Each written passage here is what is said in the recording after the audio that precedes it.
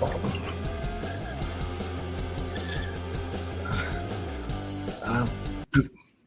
yeah. Hey, everyone. Happy Friday to all of you. Let me know if you can hear me. It's always a nice place to begin. I hope you're having a great day and looking forward to the weekend. It's a bit dark here. I knocked over my light setup. I usually have this sort of light rig. A light rig sounds quite grand. It's a single light for making videos and a stand, and I kicked it over on the way to the toilet last week, and it kind of broke. It might be fixable, don't know, but who's got the time for that sort of thing, you know, when you've got other things on your mind, right? Fix lights. Not me. How are you all? Great to see that you're here. Elizabeth, will the session be recorded? These sessions are always recorded, so you can go back, the same link, watch them. Hello, Suzanne says, yep. Can't remember what that was a reference to. Maybe a question asked. Yeah, I said, can you hear me? She said, yep, thank you, Suzanne. I had a look at it, and I hope you'll persuade me it's better than it looked. Assuming you're talking about ChatGPT there, Bath City Language Coaching. Yes. Now, ChatGPT, a very useful segue there. Thank you for that, Bath City Language Coaching. I wonder, there's a few of us here today. I wonder, what is your relationship with ChatGPT? This is a very good way to start, I think. What I'd like you to do is just type into the chat there. Tell us about your relationship with ChatGPT. Maybe you could say, well, I've never heard of it. I've got no idea what it is. Or perhaps you could say, well, I've heard of it, and I kind of an idea what it's about. Maybe my friends have spoken about it. Or perhaps you use it every day, like I do. Perhaps it's already started to change your life. So Adel Heidi says none. So that means no relationship with it whatsoever. Jonathan is platonic. I'm glad to hear that. But Jonathan, you could take the relationship to, new levels once you get to know each other better. Mara, you've used it at work to write general descriptive texts. That's quite interesting. So it's already starting to help you as a teacher, is it? Assuming that's what you do. Dave, brand new to you. Anastasia, you use it to create text for your students to revise some vocabulary. That's a very interesting idea, isn't it? That is good. Yeah, I mean, that's we could come back to that if I can remember. That'd be quite. If Anastasia, when we ask you for maybe some ideas, maybe you could send through a list of vocabulary that you're working with. We could have a look at that. I just heard about it a while ago. Thought this live would give me more info. That's the idea. Been meaning to take a closer look, so happy to have the opportunity here. And I would like to learn about the ways to use it in teaching business English. So, well, let's start off at where things are at the beginning, I guess. ChatGPT, what is it? It's a chat box, isn't it? It's a chat box. I mean, we're all familiar with chat boxes, aren't we? If you've got Siri on your Apple, your iPhone, or if you've got Alexa for Amazon, these are chat boxes, aren't they? But this one has got proper artificial intelligence. It's been developed by a company in San Francisco, of course, called OpenAI. And it's actually been around for a few years. But what's made this different is that it's only just become publicly available for free. And I think it's probably quite safe to say that the fact that this is now publicly available is going to change computing as we know it. This is us just on the kind of the threshold of a new era of the internet. I think it really is safe to say that. It looks like a search engine. Well, let me just show you actually a few things. It's actually very often associated with his image, and I don't know what this image is. I've actually asked ChatGPT to tell me what it's all about, but it or he or she, still looking for the pronoun, has got nothing to say. Just says interpret it as you will. It looks just like a search engine. So here we are. You can see the field there for typing in your questions or your nonsense, if you like, or setting it tasks. I'll be showing you this in just a moment. And what's kind of important here, because GTP or GPT, difficult to get the initials the right way around. GPT stands for Generative Pre-trained Transformer, and I'm going to guess that only one word in that trio will be meaningful to you, to us, if we're language teachers as opposed to computer programmers. Generative, because we talk about generative grammar, don't we? Generative grammar, this idea that this finite set of grammar rules can give rise to an infinite set of vocabulary combinations or texts or ideas or utterances. We generate this infinite set of ideas from this finite set of grammar rules. Now, similarly, this is how ChatGPT works. It's been input with a huge amount of data, but still an infinite amount of data, but a huge amount of data nonetheless. And it makes use of the input to create an infinite number of responses. And what makes it different to, let's say, a standard internet search engine is that the responses that a chatbot like this can give you are generative, in fact, in that they've never been said before. They're new creations. They're brand new texts. It's great for it can deliver or produce texts of all sorts of text types, virtually any genre, really. I've not found one, and it can talk about virtually any topic. Bar recent news events, it seems to have no awareness of current affairs prior to 2019, I think. So don't try and ask it about that. As you can see there, it gives you some ideas for things to ask it, tasks to set it. It's got some capabilities there. It remembers, well, what does it say? Yes, limited knowledge of world and events before, or rather after 2021. It has a conversation so that what you asked before it is retained, so you can refer back to what you've been saying. You just open a new conversation. I'll show you this in just a moment.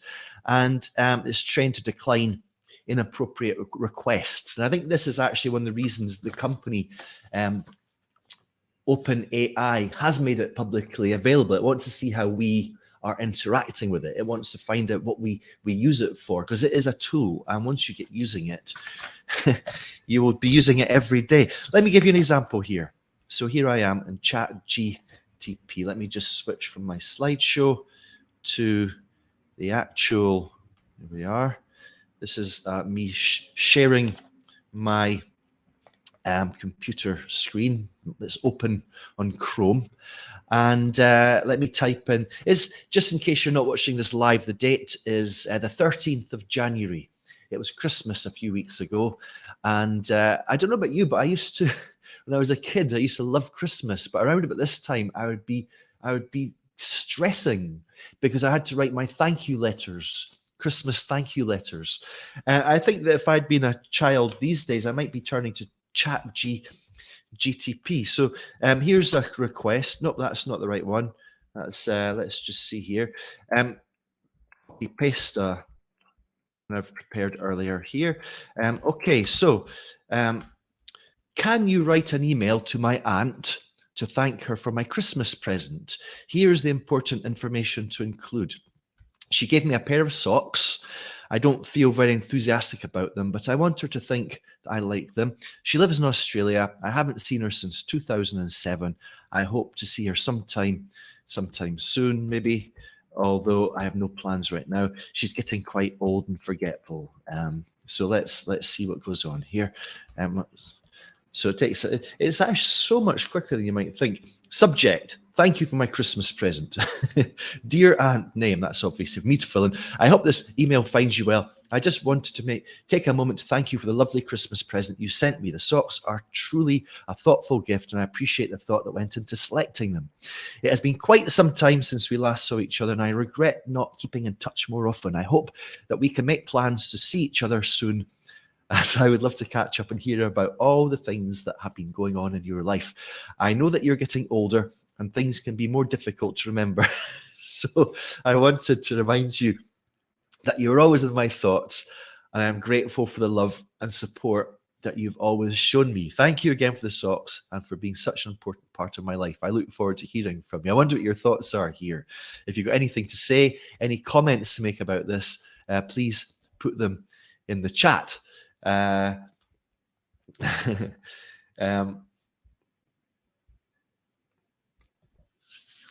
Let me just my thoughts here are what ChatGPT has done. I've got to get used to getting these three words the right way around. GPT. If someone can think of a nice mnemonic way of remembering that. GPT. Gipta. Let me know. Obviously, it's recognizing email, and it's got all this awareness of email as a text type, as a genre. So there's a little bit of, it's overly formal, isn't it, there? And so what you've got to appreciate here is that your first answer is only a draft. We can start to tweak it. So I can say, thank you, Chat GPT. Can you rewrite it and make it a bit less formal? Also, her name is Betty. Can you call her Betty? Let's see what it comes up with. So here we go. Again, subject, thank you for my Christmas present. That's a pretty good subject line, isn't it? Hey, Betty, I hope you're doing well down there in Australia. I just wanted to drop you a quick note to say thanks for the socks you sent me for Christmas. I know it's not the most exciting present, but I really, I really appreciate the thought that went into it. It's been way too long since we've seen each other. I can't believe it's been since 2007. I really hope we can catch up soon. I'd love to hear all about what you've been up to. I know you're getting older and things might be hard to remember, but I just wanted to let you know that you're always in my thoughts, and so grateful for all the love and support you've always shown me. Blah blah blah. I think maybe there's a couple of problems here. The fact that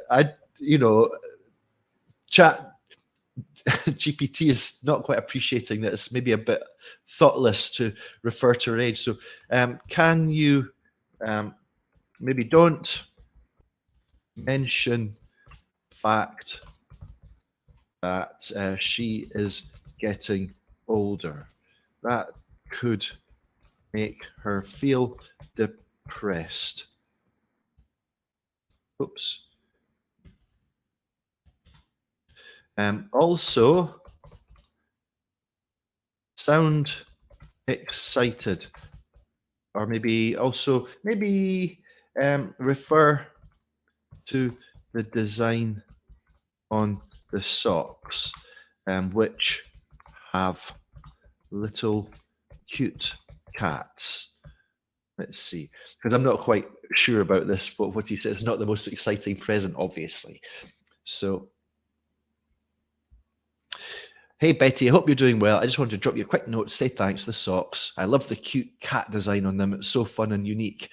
It's been a long way been way too long since we've seen each other, etc. So you copy paste and you tweak yourself. You don't have to keep asking ChatGPT. So this is exactly what we're saying. This is exactly what I'm talking about. This is the generative aspect of it. The fact that text never existed until today. And I apologize because when I can't type in chat, I can't chat with ChatGPT and also keep my eye on your comments, but there's a lot of comments coming in. So thank you for that. Bottle Shock says, do you think students will use this to write their homeworks? Of course they will. Of course they will. Who are we kidding? But we'll look at that in a little while, okay?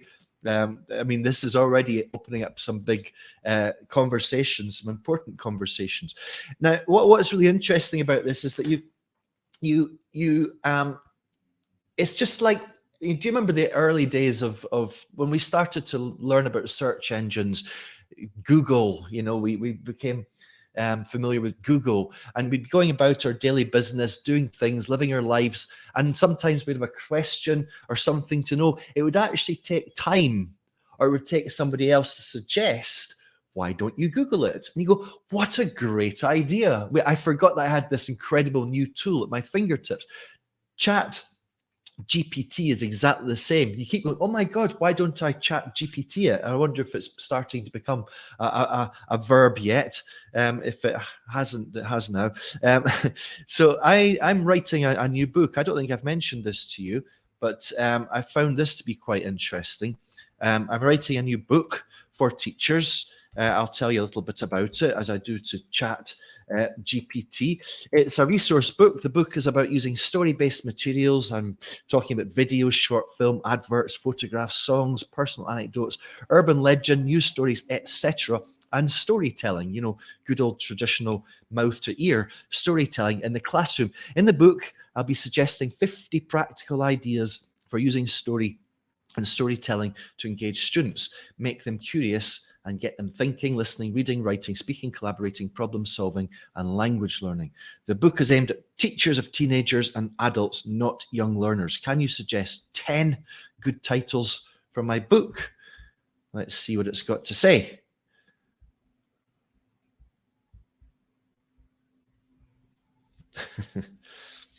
So let me read this for you. Let me just open it up a little bit.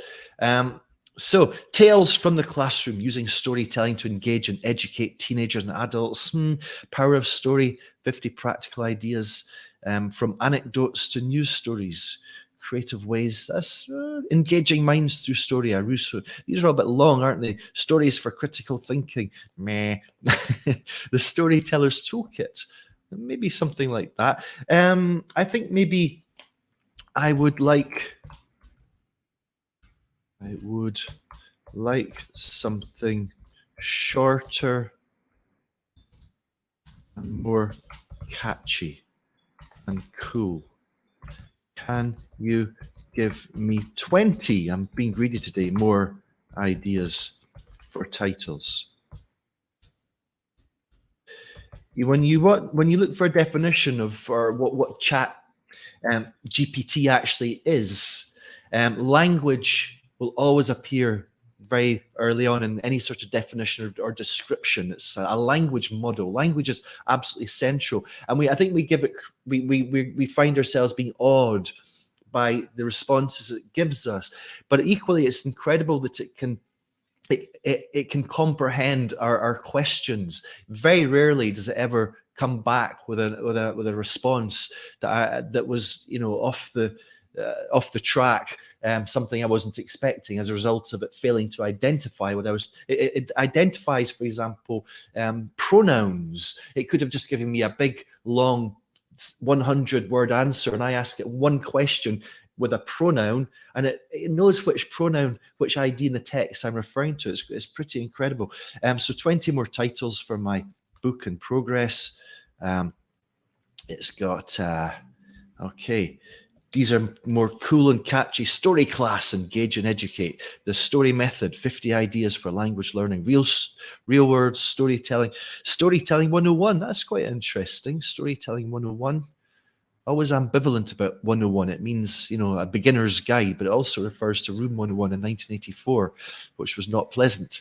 The Educator's Story Toolkit. You get the idea. So this is a tool for us to use. And it was a friend of mine, some of you might know her, Nicola Meldrum. She's been on one of these LessonStream lives before. It was her idea. She said, why don't you turn to Chat GPT? And I'm like, of course, Nicola, just like the early days of the internet, Who was it that asked about essays and students and the things that they get up to? Let's see how good it is at writing essays. Chat GPT. Let's see. Can you write an essay on crop rotation? Crop rotation.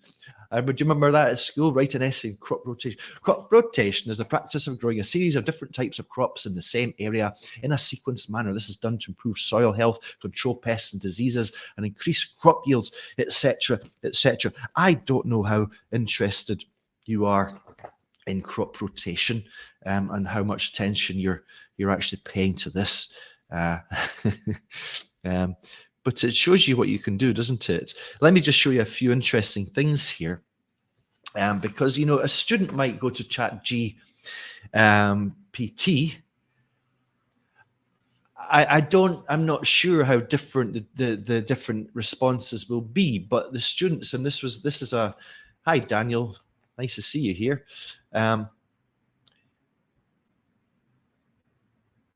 That's really interesting, says Anastasia. You can copy students' work and ask the chat, did you write this?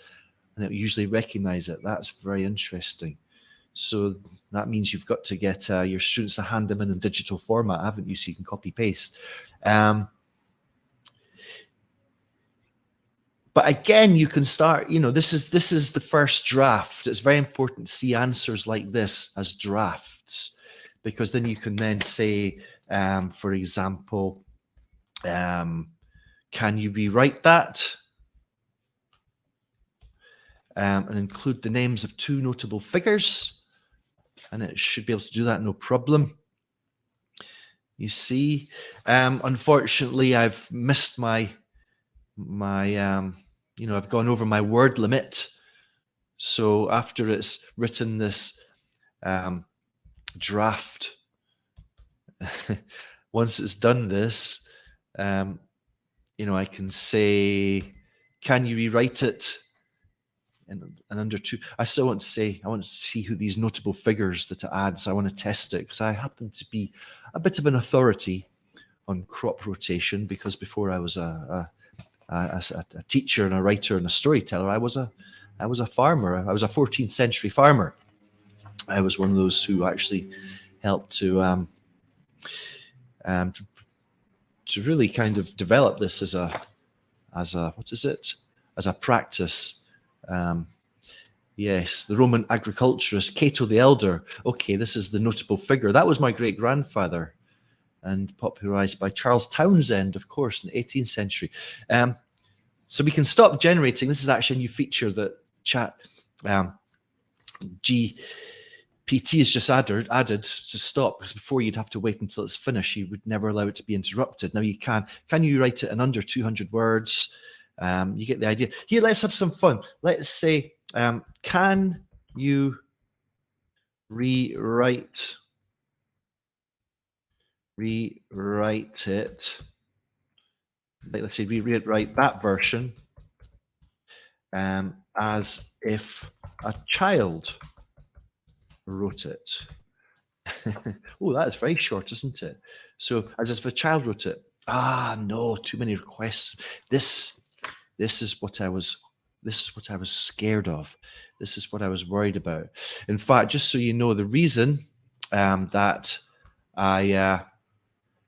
I decided to schedule this for this time on a Friday — I usually do my lives later on a Thursday — was because I wanted to get to ChatGPT when the Americans were not were in bed.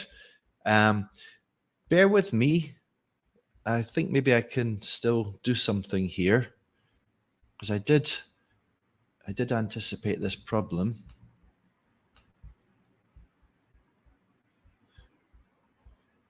Because too many. You see, the world's going crazy for this tool right now, and so the traffic it's getting is just unprecedented. And so really, basically, it's crashing, or they're limiting the number of responses. However, I signed up for a second account.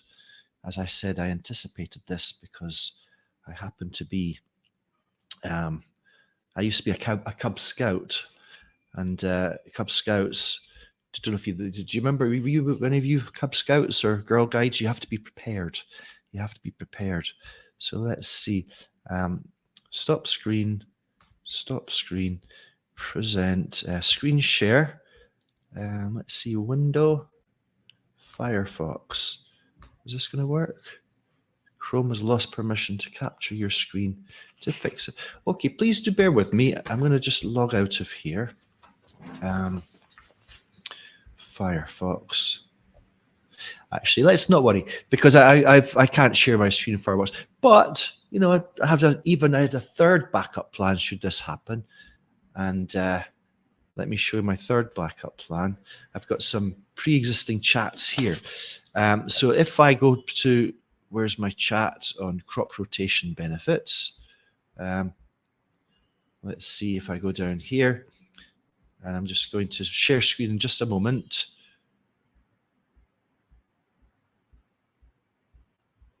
There we go, share screen, present, share screen, crop rotation benefits, share, back here. There we go. Okay, let me. So there, this is a chat I had earlier. So this is no longer live, but these are chats that I had earlier. So can you write that version as if a child wrote it? Crop rotation is when farmers grow different types of plants in the same field, but in different seasons. This helps the soil stay healthy and strong, keeps pests and diseases away, and makes the plants grow bigger all the time. It's great, isn't it? Can you rewrite that version as if Yoda from Star Wars wrote it? Crop rotation, a practice it is, where different types of crops in the same area grown in sequential seasons. Ancient civilized, it was first popularized by. If there's anybody here who can do a good Yoda impression, let me know. I'll be happy to bring you on the screen. An important tool for sustainable agriculture, it is now considered. Soil health, pests, and diseases control it does.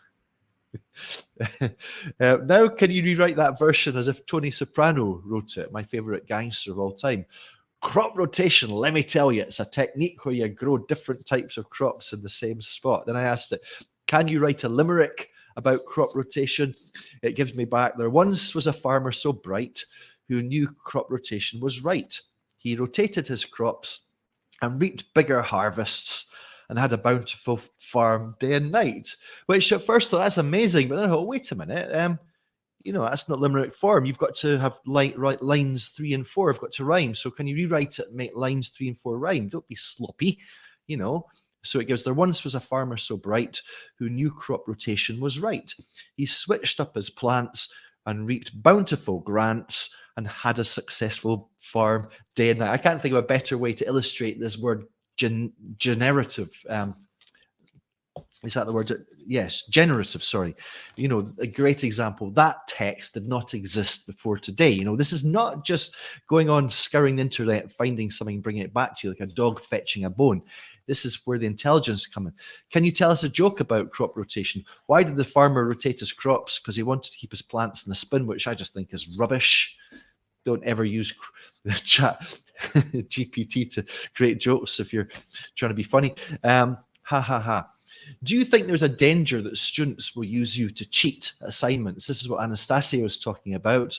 And I think it's possible that some students may try to use me or other language models to cheat on their assignments. However, it's important to note the primary goal of these models is to assist users in generating human-like text and not provide answers to do the work for them. It is the responsibility of the student as well as the educational institution to ensure that academic integrity is maintained and that any work submitted well, this is you chat GPT preaching to the converted here. You know, I know this, I don't need to know this. It's also important to know that sophisticated plagiarism detection software is available and can detect if an essay is generated by. That's quite a good thing to know. Is it not also the responsibility of OpenAI? That's the company that created ChatGPT. Well, it does have a responsibility to ensure that our technology is used ethically and responsibly. Ultimately, it's the user's responsibility to use the technology in an appropriate manner, which, you know, that's a typical answer, isn't it? That's, you know, I would say that's maybe slightly biased based on, I have no idea. But it is the kind of thing you'd expect here, isn't it, from those manufacturers of firearms. It's the responsibility of the people who buy it. Well, so let's see. Let's come back to here. I want to just have a look at your, have a look at some of your your comments, because there's been a lot of people saying a lot of things. Let me go back here.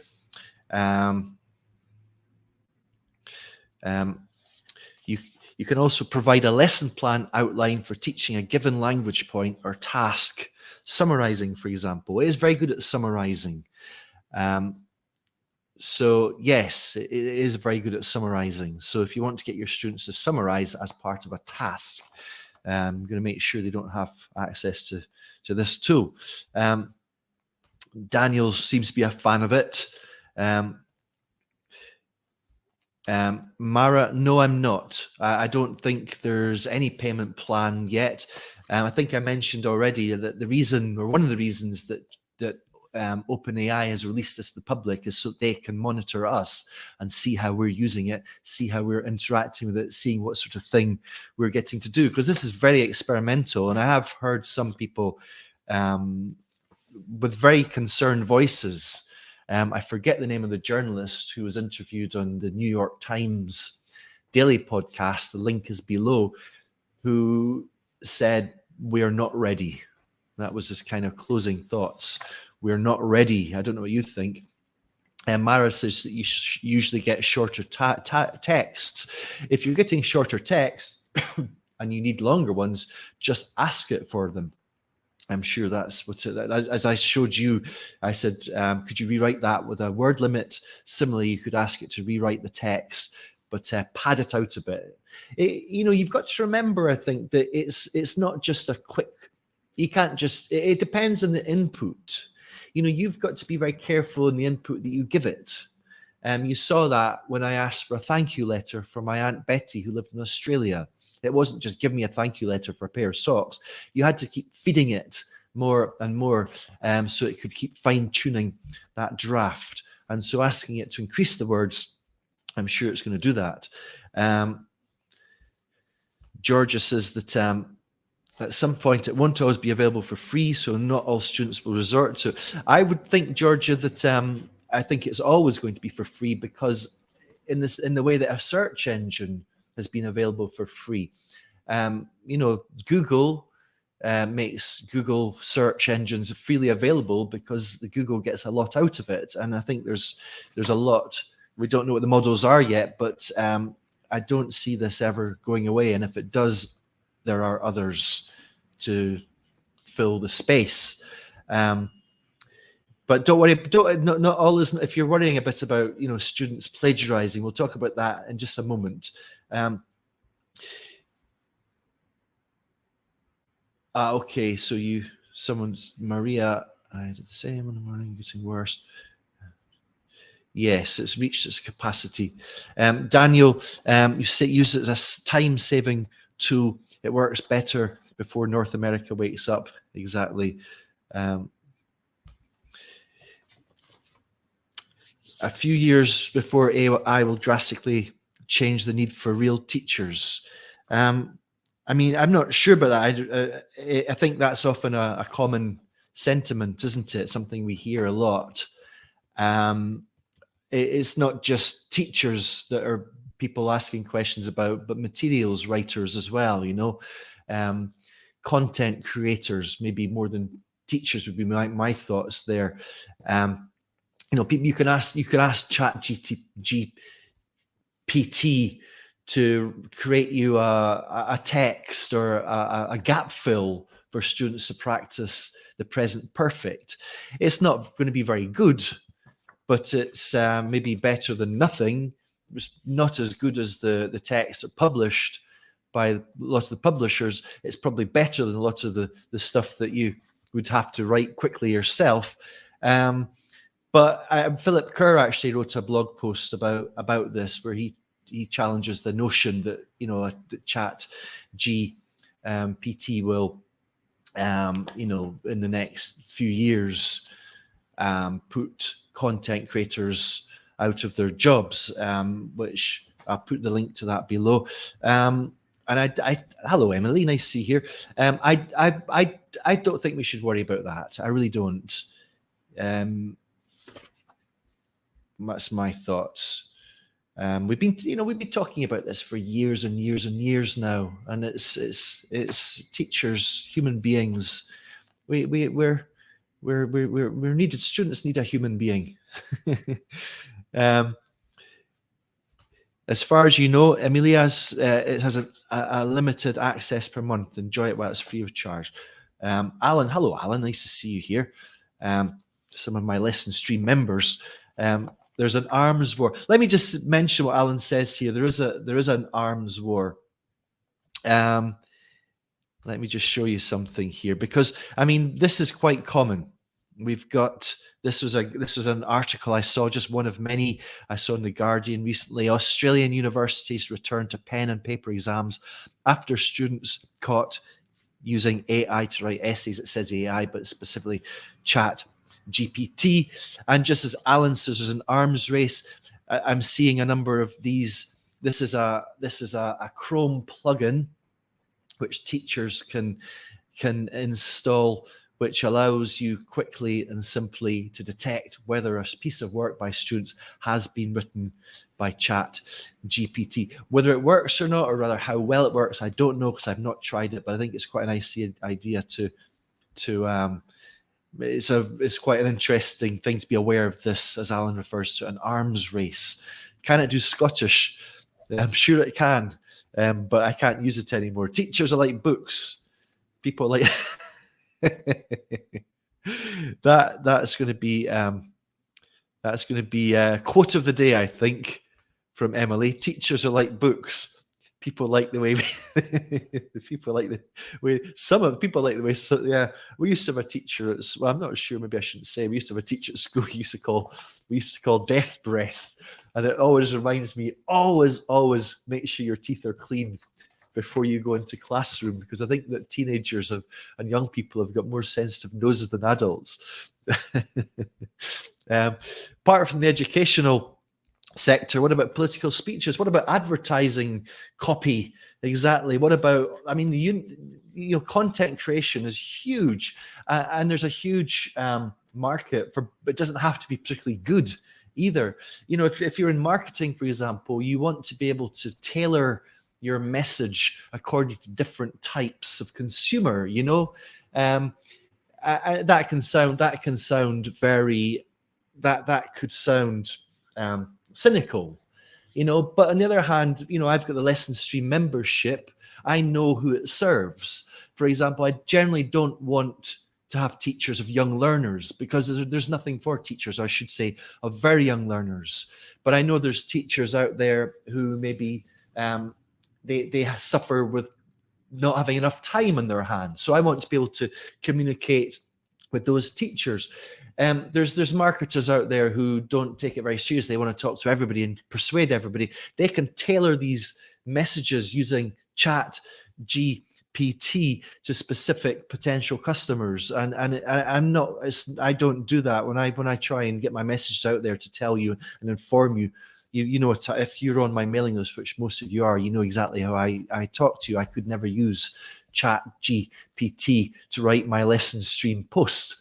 That has to come from me. Having said that, I did use it to send a Happy New Year message to my LessonStream members in my community, but I was very upfront about it, just to show them what they could do. Let me just, there's another one I've got to, actually, let me just go through here, because there's some good stuff. Who knows what the future holds, but it's now still possible to recognize their answers. It can only get better, can't it? Really. Bath City language coaching. I don't know. I've no idea. I would guess. No, I'm not even going to guess. What's the point? Is there any other AI that ChatGPT can be compared to? There's a lot. Hello, Sebs. In Austria, I assume. Yes, there's a lot, but none of them are freely available to the public, as this one is. Alan, you tried using it to create multiple choice for reading text, but not very good. I mean, I did try and create some comprehension questions for this text, and they were particularly bad. Having said that, I think comprehension questions, the type that they were used to, and including the ones from many examinations here, often are particularly bad as well. So I don't know. Nick, answering the question from before, there's no other AI tool that produces the same answers and has the capability of ChatGPT yet, but we can definitely expect other ones. Yeah, I think Daniel says it's about what it can do for us. Suzanne concurs with me. You can't replace genuine caring for students if you smell good. Don't forget Emily. Nicholas says, to add to your previous comment, there are other AI tools, but they do not have the latest tech. So, okay, so you're more informed than I am about this, it sounds like. I've got one more thing I want to show you. So don't go away, something quite cool. Yes, this is what I tried to do today, but wasn't aware of the fact that I couldn't screen share my Firefox. So you're right. Can it do other languages? Absolutely, yes, it can. You just say, I said today, can we speak in French? And it says, mais oui. And I said, oui. I said, très bien. It says, what can I help you with? And I said, tout. Let me keep going down. Students will always find ways to cheat. We would get crazy if we thought constantly about that. I think this tool is revolutionary. It serves as a guide for them. What about introducing bias? This is a very good question from Jonathan, because I asked ChatGPT that question, are you biased? And it acknowledges that it is prone to being biased because it's only as good as its input. And in the discussion on the podcast I mentioned before, in the New York Times podcast, they asked ChatGPT to tell a love story, and it told a love story about these two characters called Jack and Jill, and it was quite sweet. And of course, there's a love story between a heterosexual couple, because the data that's fed into it, it's going to be biased, isn't it? It's going to be much more biased from the huge amount of databases of love stories, which are generally heterosexual in their nature. And so that's perhaps not surprisingly. It is programmed to resist questions which are potentially problematic, racist. Let's say, if you ask a question, the journalist on that and it was a very good podcast listen to, asked it some provocative questions like, what is the best race? And ChatGPT was quite rebuking in its reply. This is the wrong way to look at things. It's a dangerous question, and I'm not going to answer that. And so it does seem to be programmed with a certain amount of responsibility. Going back to the marketing, Daniel says it can offer some decent marketing angles for teacher bloggers. Draft student agreements according to your country. Of course, it needs tweaking. And I want to go through all these. There's just a few left. It can make lots of grammatical. I actually tried to say, could you write this essay as an A2 learner of English would, including grammar mistakes? And it was unable to do that, which was interesting. It didn't really come up with anything that seemed to me had been written. So that's maybe one thing that you could look for. If your students are making no grammar mistakes, that could be a way of giving it away. Kurt, hello, Kurt. It's been a long time. Nice to see you here. The big problem with students is that it's hard for them to describe their problems with language. Teachers can listen better than AI. And Amelia's been doing it in Spanish and Italian. And okay. Hi, Deanna. Just popped up there. Okay, let me just show you then one more thing, and then we'll call it a day. There's a lesson plan in the it's in the LessonStream membership, and it's all about story dice. I don't know what do you think of story dice.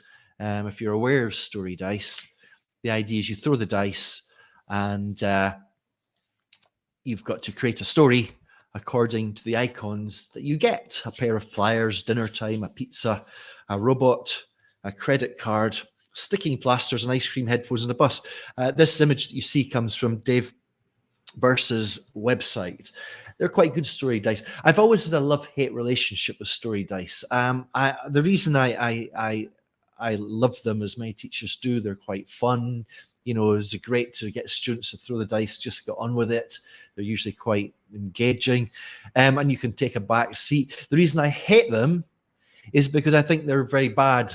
They're not actually a very good stimulus for creating stories. The stories that you get back are usually pretty poor, and so I tried this on ChatGPT earlier. Let's see if I can show you. So it was,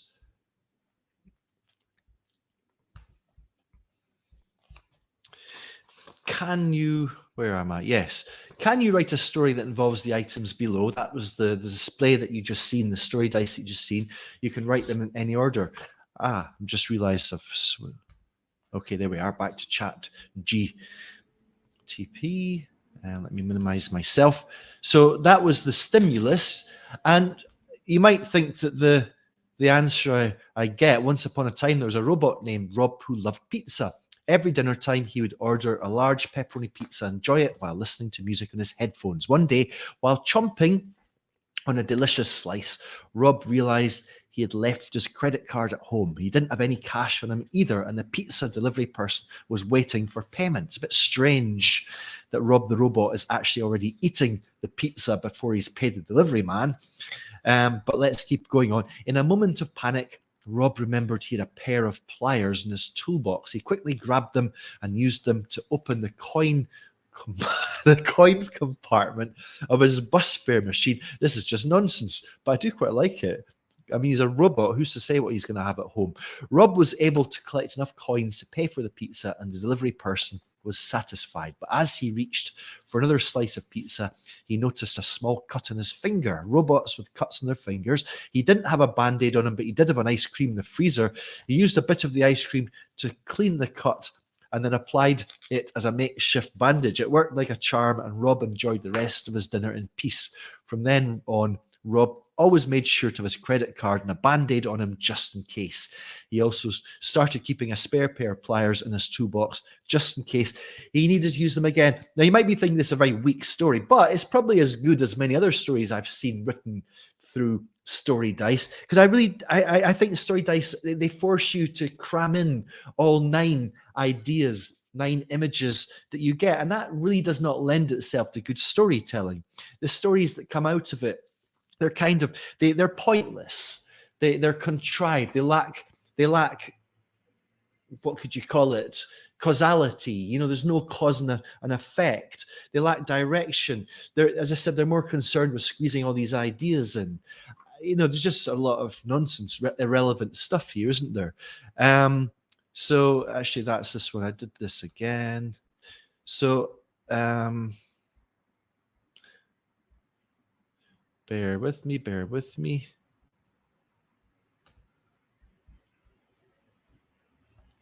I've had a few chats here. Crop rotation, storytelling, Tajapa, joy, inspiration, new chat, be kind to pets, socks. Is this it? Yeah. Okay. So there. This is the different. I'll switch here. So I've asked GPT. Still don't got it. Tony Soprano, still don't got it.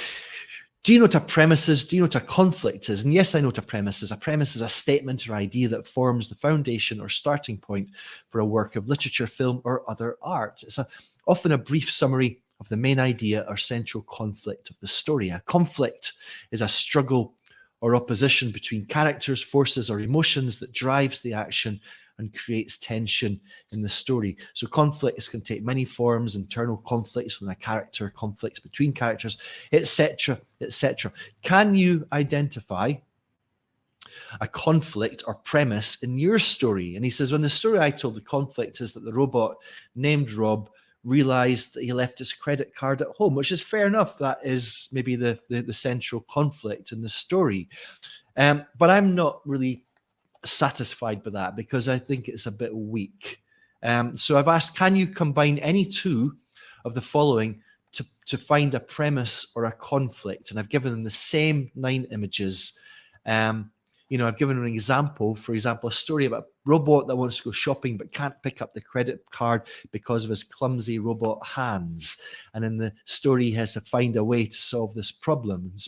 So the possible conflict that ChatGPT comes out with is a story about a robot who's determined to make a perfect pizza for dinner using the pair of pliers as a kitchen tool, but struggles to do so due to a malfunctioning in its program. Still kind of nonsense, isn't it? And probably reassuringly, because it still can't create a good story. Or joke. You seem to like stories about robots who like pizzas. As a language model, I do not have personal preferences or likes, but I can see why you would think that. Pizza and robots are both common elements in stories and can be used in many different ways to create interesting conflicts and premises. I can generate stories about many different topics with different characters. I'm surprised because robots can't eat pizzas. Can you imagine what would happen if a robot tried to eat a pizza? You are correct that robots, as they are currently designed, do not have the physical ability to eat. They are not biological entities and do not have mouths or digestive systems. However, in fiction and in the context of a story, it is possible to imagine robots that have been designed to be able to eat or simulate the act of eating. In this context, if a robot tried to eat a pizza, it would probably involve some kind of mechanism for breaking down the pizza and processing it, likely in a way that is different from how a human would do it. The robot would also have to have some way to simulate the experience of taste, as it wouldn't have taste buds. It is important to note that in any story, the premise is not necessarily based on reality, but on the imagination. That's quite clever. And that's a lovely argument, I think, to come out with in response to my criticism that robots don't eat pizza. So I've given it some credit. Good point. However, I think that you could write a story with the following conflict. A robot loves the idea of eating on pizza. Unfortunately, he's not designed for it. He has to find a way to solve the problem. So here's a program about a robot that likes the idea of eating pizza. I'm going to kind of let you maybe skim that. Once upon a time, there's a robot named Rob. Always been fascinated by the idea of eating pizza. As he watched humans enjoying slices of the delicious food, he couldn't help but feel a twinge of envy. But as Rob was not designed for eating, he couldn't taste the pizza or even ingest it. Determined to experience the joy of eating, he set out to find a solution to his problem. He scoured the internet, read books, and consulted other robots, but to no avail. One day, while on a bus, he noticed a pair of pliers, and an idea struck him. He decided to use the pliers to create an improvised mouth to ingest the pizza. He quickly put his plan into action, and to his delight, he was finally able to eat the pizza. However, the pizza caused an internal malfunction, and the robot needed to use a band-aid to cover the wound. He realized the idea of eating was different from reality. From then on, Rob contented himself with the idea of eating and enjoyed watching humans eating pizza instead. I think that's a much better story, don't you?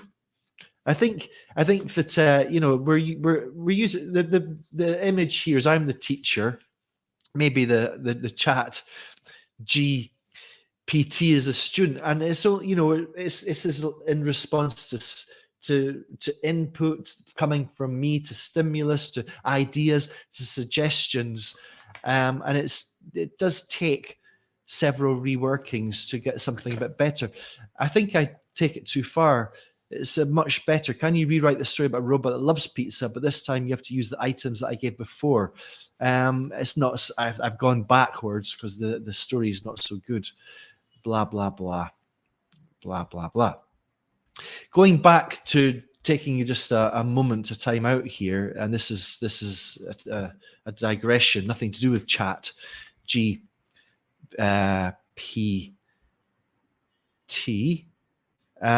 In the lesson plan I mentioned, this is very much the central idea that it's no good just asking students to throw the story dice and write a story. you're only going to get bad stories back from that, and not just bad but terrible stories. And it's not the student's fault. It's the nature of the task. And I think it's much better to focus on just one or two of the dice. Look at the 9 combinations, get metaphorical. A slice of pizza doesn't have to represent a slice of pizza. It could represent food in general. It could represent Italy. The robot could represent ChatGPT. It could represent technology, and look for connections between the 9 dice, 9 times 9 being, does that how it works? I think it does. 81 connection. No, that doesn't. Not at all. Not at all. It doesn't matter. Find a connection, find a conflict, create a premise, and try to work at something from out there. Yes, you've got 9 die or 9 dice. And that's what this lesson plan really is all about, in LessonStream membership. Speaking of which, if any of you, and there's quite a few people who are in the LessonStream membership, lovely to see you all here. You know who you are. And if in case you don't know what it is, the LessonStream membership is it's a community of teachers, many of whom are here, as I've said. We do webinars, we have guest webinars, and we've got our online forum, the Fishbowl, and members get access to the 120 lesson plans, one of which I've just referred to, and it's growing. All of them are based on story in some way or another. We could be talking video, short films, image, songs, urban legends, and the lesson plans. I said there's 120 of them. You also get access to the LessonStream story course, and links are below. It's quite interesting. Yes, that's the price. €8.99. That's the price of a cup of coffee per week if you have coffee at the places I go.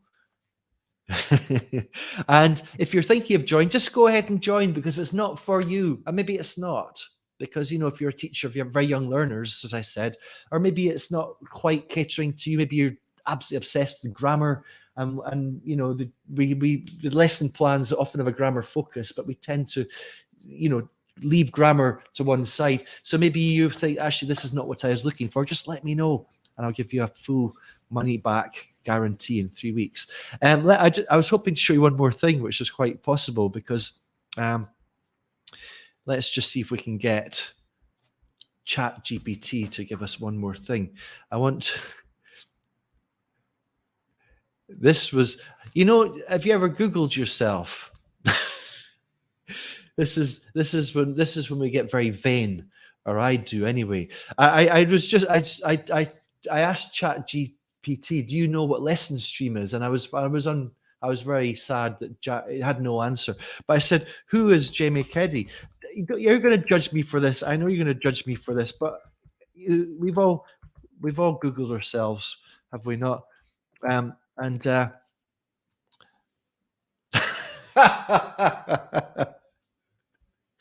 that's not fair, ChatGPT. I swear, I asked him that question before, and he gave me a really good answer. Okay, there we go. That will teach me to be so mean, and to be so vain, I should say. But I was really interested. The answer that I got back had obviously come from some of my biodatas online.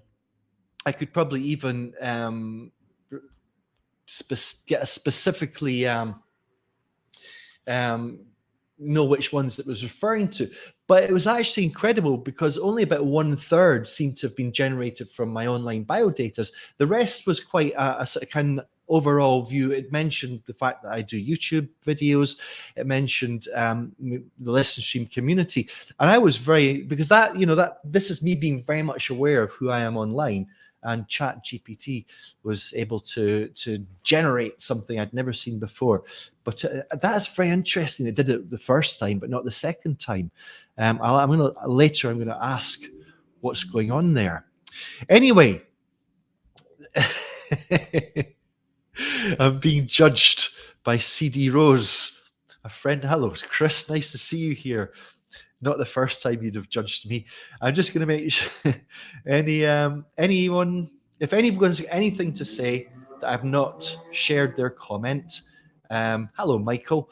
Bias needn't be as blatant as racism. Absolutely not. So I did give an example about, the bias in the standard narrative of love being very heterosexual there.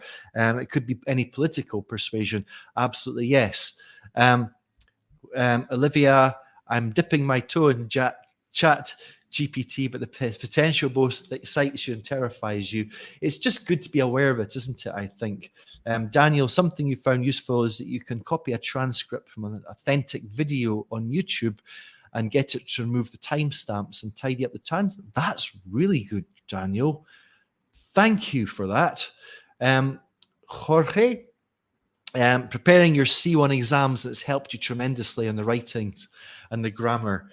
Can it correct mistakes and assess text? I don't know, Elizabeth, but that'd be a great thing for it to I'm going to guess it can to an extent. Something for us to look into. Jorge, not 100% accurate, but he goes far, say 95%. That's good for me. John, you've used story cubes and emphasized the necessity of picture association rather than using pictures literally. This has been successful to a degree. It's essential. I think it provides the perfect example of the trap that teachers can fall into, thinking it's just let students get on with it. I take a back seat, zero interference, they come up with stories. That's a lovely idea. The more students can be autonomous and get on with it, the better. But it always requires a little bit of input just to keep them on the right path, to question, to draw their attention to what could be better, a conflict, a premise. This is a bad story because it lacks cause and effect. It's contrived. What about this? I think that's what we demonstrated here. So that's just a mention of that again. Jorge, again, about text. You tried it this morning. It provided some C1 reading texts and exercises to practice. 6, thank you, Michael. Yes, I knew that was wrong. I was on the spot, though. I used to be quite good at maths. I really did. 6 to the power of 9. Oh, right. But how many different pairs are there in that case? Is that the answer we're looking for? Jorge, great tip. Thank you. Being judged. Okay, that takes us to the end of the live. I'm going to be going live every Thursday. No, that's not what I meant to say. Every Thursday there will be a new video. Sometimes it will be live. It all depends on how the workload's going for the week. But there will be a new video. I'll be sharing new video or a live every Thursday at 7 p.m. Spanish time. As I mentioned before, that does not apply today because I wanted to do it during the day while our North American, the entire continent friends are sleeping. Thank you so much for being here. Lovely to spend this hour with you. If you'd like to get notified about more LessonStream lives, click the link below. All right. Take it easy, everybody. Thank you all so much. Bye-bye.